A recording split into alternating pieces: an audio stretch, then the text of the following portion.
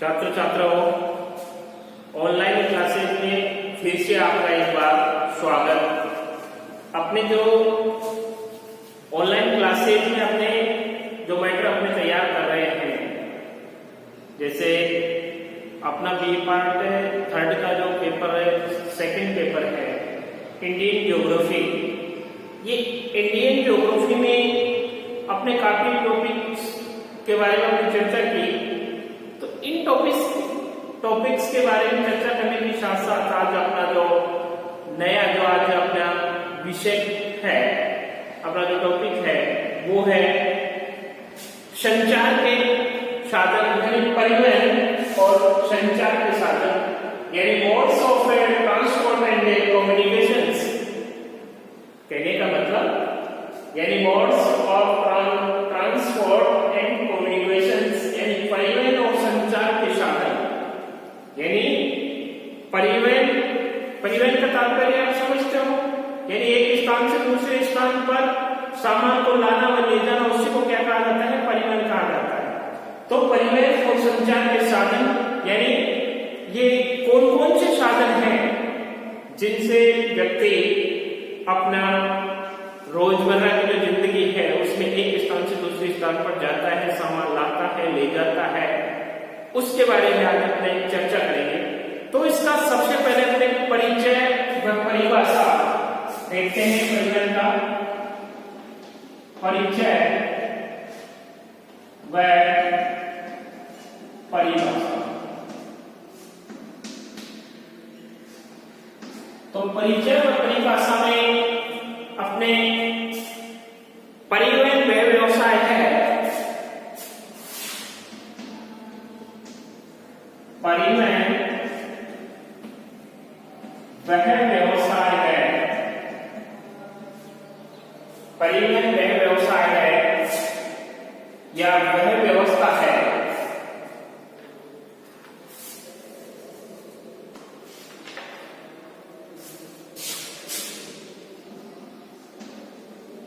परिवहन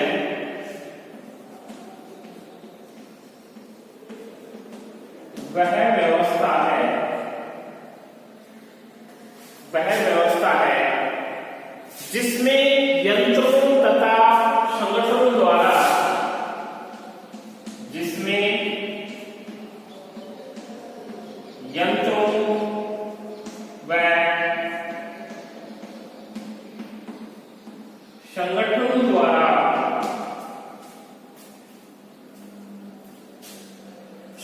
द्वारा मनुष्य और माल भार को एक स्थान से दूसरे स्थान, मनुष्य व माल भार को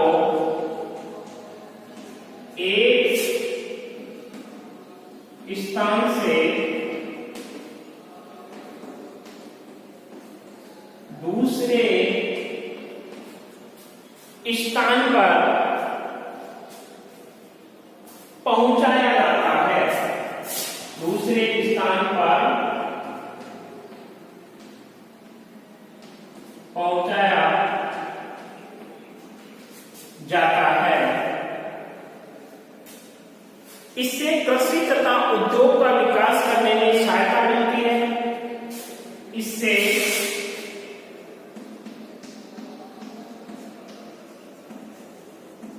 कृषि तथा उद्योग को करने में सहायता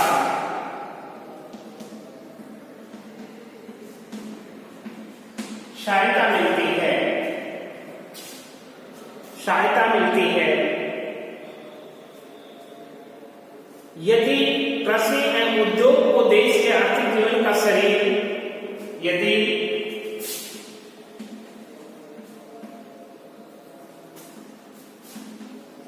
कृषि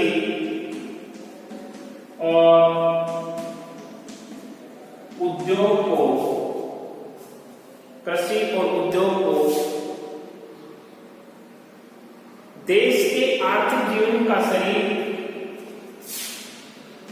देश के आर्थिक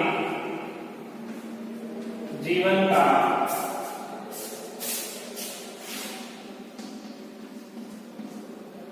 का शरीर और हड्डियां माना जाए और हड्डियां माना जाए तो परिवहन को इस आर्थिक ढांचे की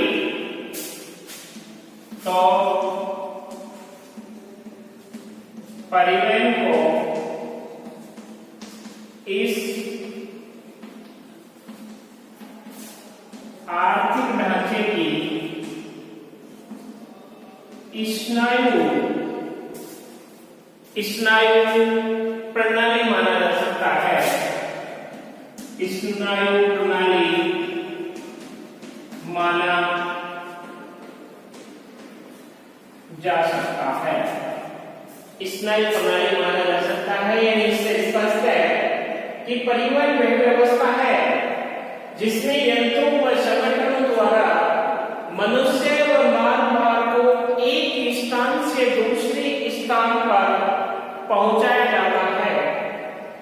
इसे कृषि तथा उद्योग को करने में सहायता मिलती है।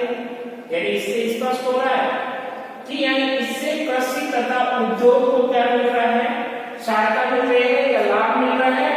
यदि कृषि और उद्योग को देश आर्थिक जीवन का यानी इन दोनों को कृषि और उद्योग को देश के आर्थिक जीवन का शरीर और हड्डियां माना जाए, यानी किसको कृषि और उद्योग को देश के आर्थिक जीवन का शरीर और हड्डियां माना जाए तो परिवहन को इस आर्थिक ढांचे की स्नायु प्रणाली माना जाएगा।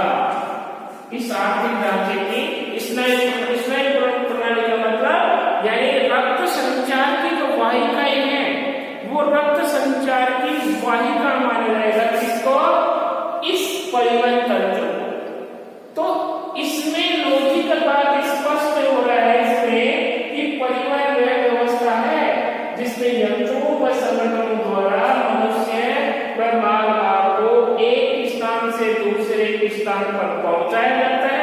ये तो इसकी क्या होगी, डेफिनेशन होगी, इसकी परिभाषा होगी। और इसे कृषि तथा उद्योग को करने में सहायता मिलती है।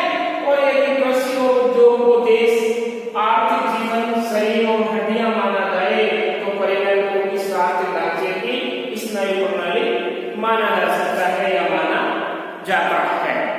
अब अपने बात करते हैं कि परिवहन तंत्र में 4 तत्व शामिल हैं।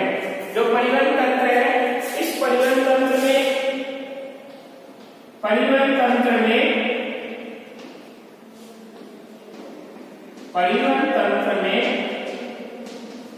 4 तत्व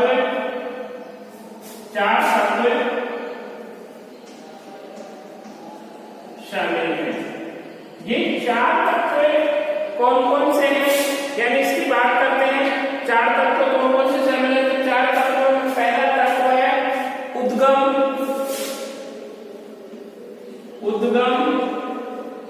दूसरा है गंतव्य, तीसरा है मार्ग, और चौथा है वाहक।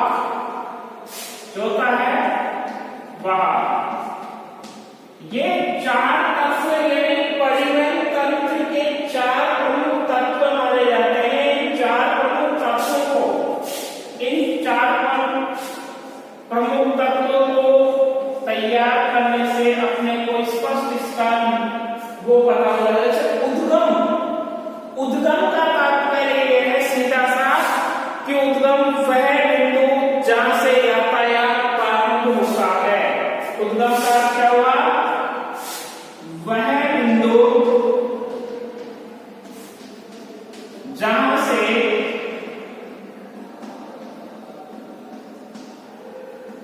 यातायात प्रारंभ हुआ है, वो क्या है? उद्गम। अब इसके बाद में जो गंतव्य है, गंतव्य वह बिंदु है। गंतव्य का मतलब वह बिंदु,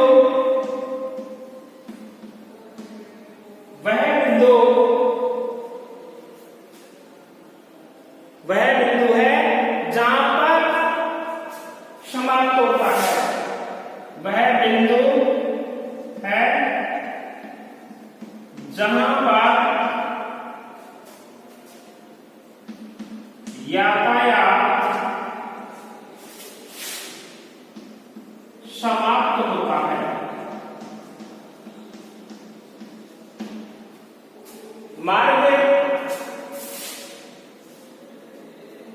मार्ग का तात्पर्य है वह तल है जिस पर आवागमन होता है। मार्ग वह तल है, मार्ग वह तल है जिस पर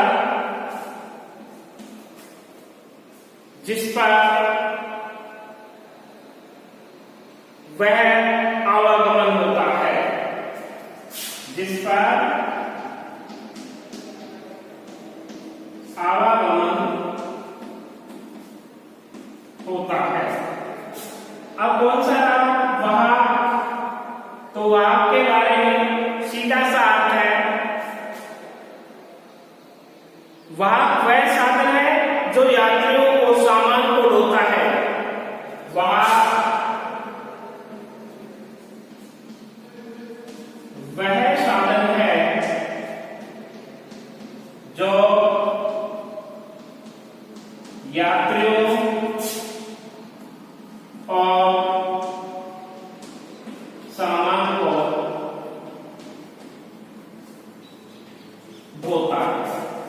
यही चार तत्व हैं।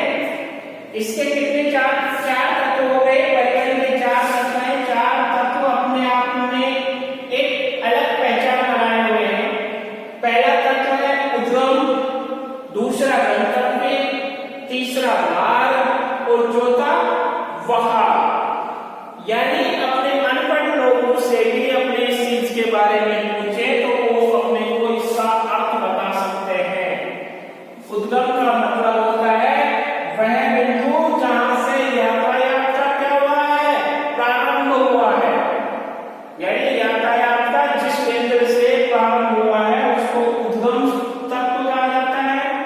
गंतव्य वह बिंदु है जहां पर यातायात समाप्त होता है। यानी याद रहेगा, वह बिंदु, गंतव्य वह बिंदु है जहां पर यातायात समाप्त होता है। मार्ग वह तल है जिस पर आवागमन होता है। यानी जैसे सड़क पे, उस पे क्या हो रहा है? आवागमन, एक आ रहा है दूसरा जा रहा है। तीसरा वहां का मतलब होता है वजन ढोने वाला। तो वहां वह साधन है जो यात्रियों और सामान को क्या करता है? ढोता है। उसको क्या कहा जाता है? वहां कहा जाता है। तो ये चारों एलिमेंट्स, चारों जो तत्व हैं, ये परिवहन के प्रमुख तत्व कहलाते हैं या इसके एलिमेंट्स कहलाते हैं। अब इसके बाद में हम चर्चा करते हैं यानी परिवहन के साधन। तो परिवहन के कौन से साधन हैं? यानी परिवहन के साधन। तो परिवहन के जो साधन हैं, परिवहन के साधनों में स्थल है, जल है, वायु। यानी परिवहन से स्थल, जल व वायु, ये तीन प्रकार के साधन हैं। एक स्थल पे अपने धरातल पे जितने भी साधन हैं उसको क्या कहा जाता है? स्थल साधन कहा जाता है। और जो जल मार्ग के द्वारा जो परिवहन होता है उसको जल साधन कहा जाता है। और जो वायु में यानी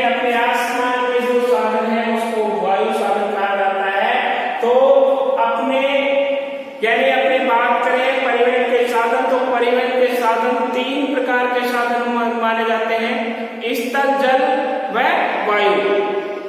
स्थल, जल व वायु। अब जो स्थल, जल व वायु के तीन मुख्य साधन हैं, अब इन तीन मुख्य साधनों में सड़क एवं रेल परिवहन, सड़क, रेल एवं परिवहन और स्थल परिवहन के मुख्य उदाहरण हैं। यानी सड़क एवं रेल परिवहन, सड़क व रेल परिवहन ये स्थल मार्ग के प्रमुख साधन हैं। स्थल मार्ग के क्या है? प्रमुख साधन हैं।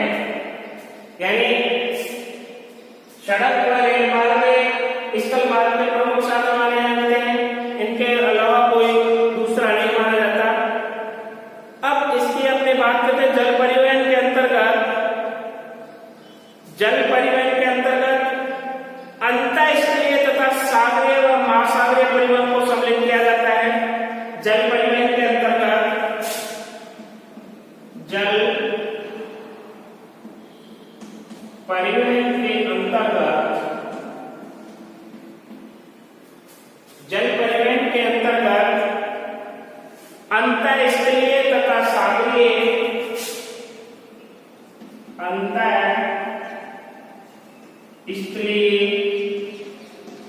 तथा सागरीय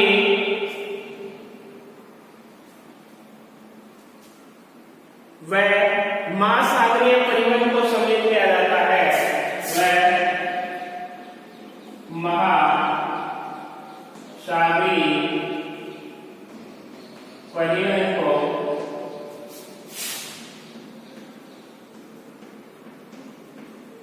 सम्मिलित किया जाता है, सम्मिलित किया जाता है।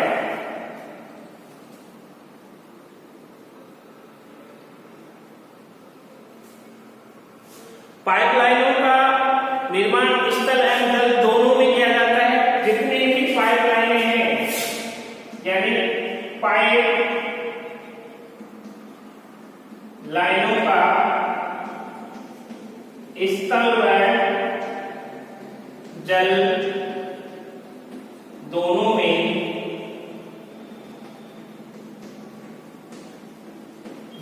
किया जाता है,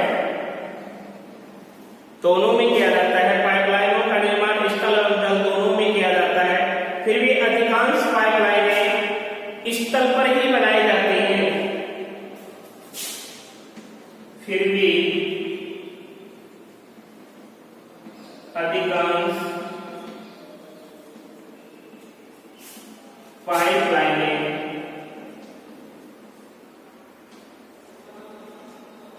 स्थल पर ही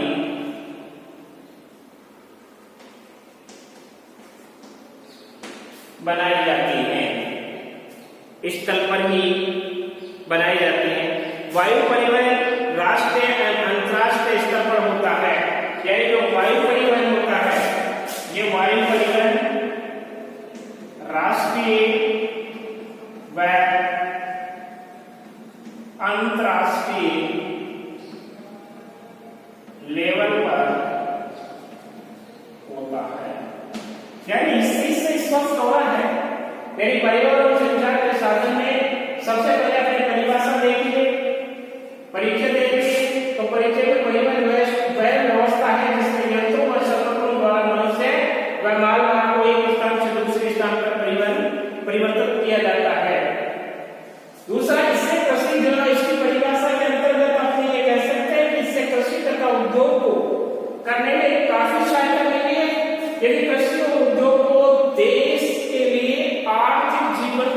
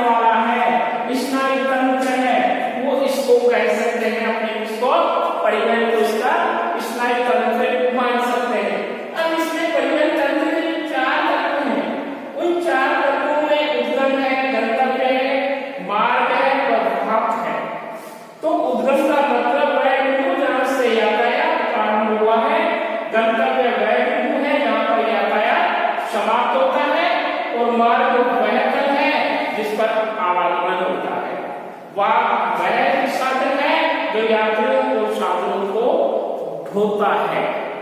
अब इसके बाद में हम चर्चा करते हैं परिवहन के साधन। तो परिवहन के साधन स्थल है, जल है और वायु है। अब जो सड़क पर रेल परिवहन के स्थल मार्ग के प्रमुख साधन है, मुख्य रूप से जो स्थल के हैं सड़क और रेल के हैं, वायु के हैं राष्ट्रीय अंतरराष्ट्रीय रेल के होते हैं, और जो जल परिवहन के अंतर्गत इंटरस्थलीय तथा सागरीय व महासागरीय परिवहन को सम्मिलित किया जाता है। कौन कौन से को? अंतरस्थलीय तथा सागरीय व महासागरीय परिवहन को सम्मिलित किया जाता है पाइपलाइन के द्वारा, यानी पाइपलाइन को स्थल और जल दोनों में स्थापित किया जाता है। फिर भी अधिकांश जो पाइपलाइनें हैं वो स्थल मार्ग पर ही बनाई जाती है। ये इसका परिचय तथा परिभाषा हो गई, इसके तत्व हो गए और इसके प्रकार हो गए। अब आपसे बात करते हैं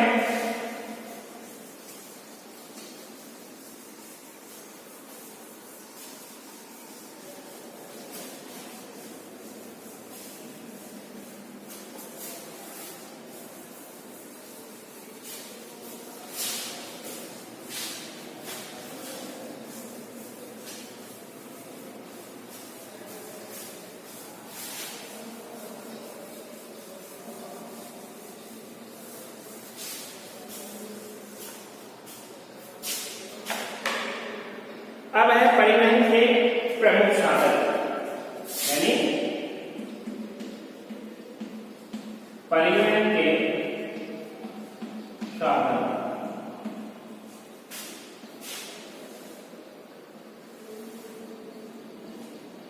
परिवहन के कौन कौन से साधन हैं? तो परिवहन के साधन मैंने आपको बताया,